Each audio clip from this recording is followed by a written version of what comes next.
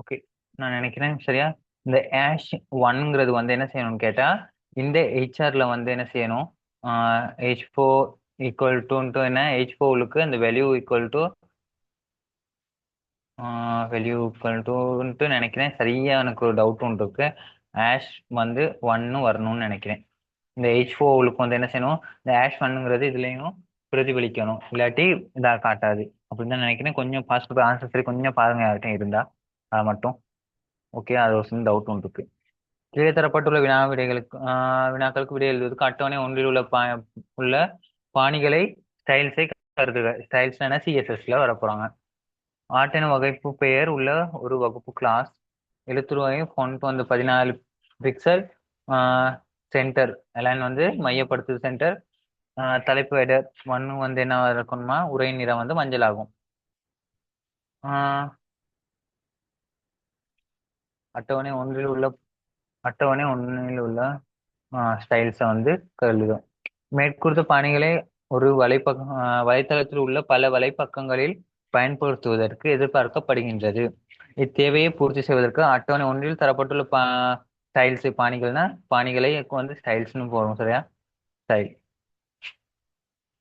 வரையறுப்பதற்கு ஒரு தகுந்த விழுத்தொடர் சிஎஸ்எஸ் எழுதுகன்னு சொல்றாங்க. சிஎஸ்எஸ் எழுதணுமா, என்ன என்ன ஆர்ட்னுங்கன்னா ஒரு இருக்க கிளாஸா, கிளாஸ் நேமா. ஆர்ட்னு இருக்க ஒரு கிளாஸ் நேம் நான் உங்களுக்கு சொன்னேன். ஐடினா என்ன செய்வாங்க, கிளாஸ்னா எப்படி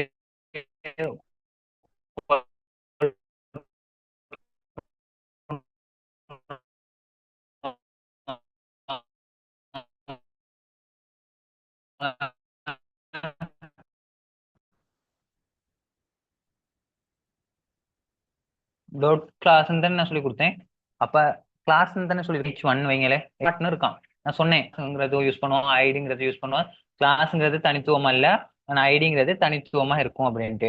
அப்ப கிளாஸ்னு ஒன்று இருக்கான், அதுக்கு வந்து என்ன ஆர்ட்னு பேர் வச்சிருக்கான். அப்ப அந்த ஆர்ட்ல உள்ள விஷயம் எல்லாம் என்ன செய்யணுமா, இந்த மாதிரி வரணுமா.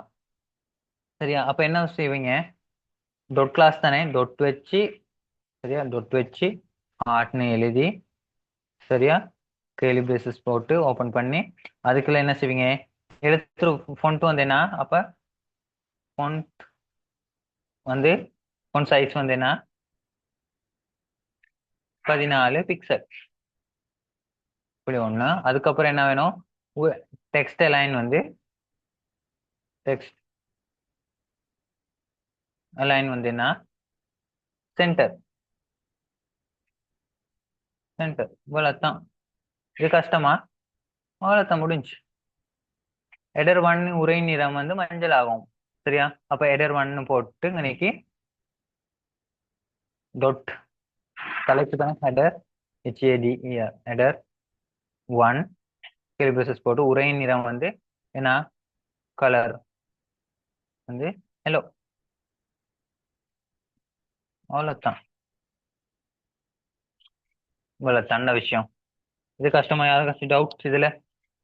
மேலே பி ஒன்றில் வரையறுக்கப்பட்ட தாளை ஒரு வலைப்பக்கத்திற்கு செருகுவதற்கு உரிய HTML குறிமுறை வரிகளை எழுதுக. மேலே பியில் உருவாக்கப்பட்ட பணித்தாளை நீட் எனும் பெயரில் சேமிக்கப்பட்டுள்ளது என கொள்வேன். இந்த இத கேள்வி தானே விளங்கல. இந்த கேள்வி விளங்கலையா, இதா இந்த கேள்வியா ரெண்டாவதா.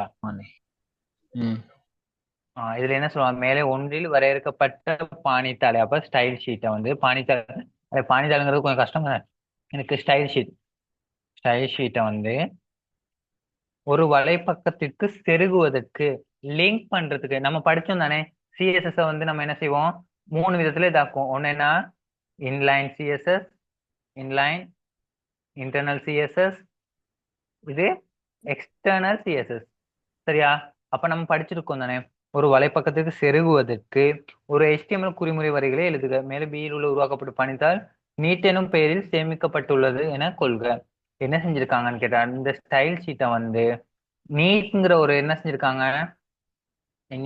நீட்ங்கிற ஒரு ஸ்டைல் ஷீட்ல வந்து என்ன செய்வோம், டாட் சிஎஸ்எஸ் சர்வ் பண்ணி வச்சிருக்காங்க.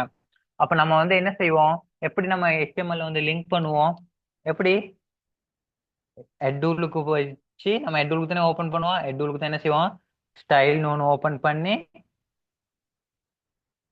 சரியா? அதுக்குள்ள என்னன்னு எழுதுவோம்? லிங்க் URL தானே? URL equal to style STYL style ஷீட்னு போட்டு, சரியா? அதுக்கப்புறம் என்ன?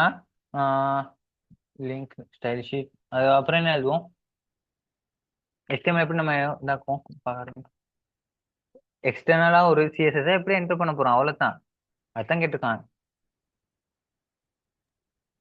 டைப் கொடுக்கணும்னா